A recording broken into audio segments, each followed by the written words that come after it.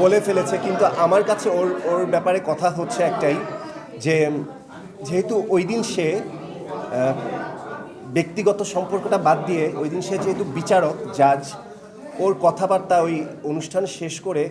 যখন ইন্টারভিউ দিচ্ছে, বাইট দিচ্ছে, সেই সময় ইন্টারভিউটা বিচারকের মতোই হওয়া উচিত ছিল। তাতে করে ওর শিক্ষা, ওর জ্ঞান, অভিজ্ঞতা এবং ওর একটা কি বলে সুন্দর আচরণের বহিঃপ্রকাশ পেত। ওর প্রতি আমার রাগ নেই, ও কোনো সিরিয়াসলি বা কোনো করে বলেনি, ও ব্যাপারটাকে মজার ছলেই বলেছে, কিন্তু ওর কথার অ্যান্সারটা একজন বিচারকের মতো হতে পারতো, যে অ্যান্সারটা আসলে ব্যাপারটাকে ওই দিকে ধাবিত নাও করতে পারতো। ওই কমেন্টসটা বা ওই মন্তব্যটাও অনেকটা এটার জন্য দায়ী,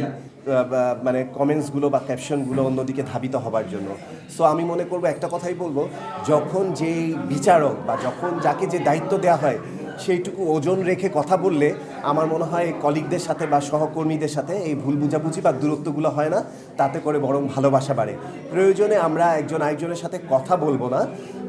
মন্তব্যে যাব না, কাউকে নিয়ে ছোট করে বা আহত করে, আঘাত করে, কিংবা ওই বিষয়ে কথাই বলবো না, কিন্তু বলতে গেলে অবশ্যই আমাকে বুঝে কথা বলতে হবে, যে আমি আসলে কি বলতে চাচ্ছি, আমার বলার পর আসলে কি রিয়াকশন হবে, সেই মানুষটা আসলে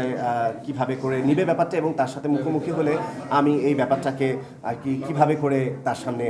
জবাবদিহিতা করব।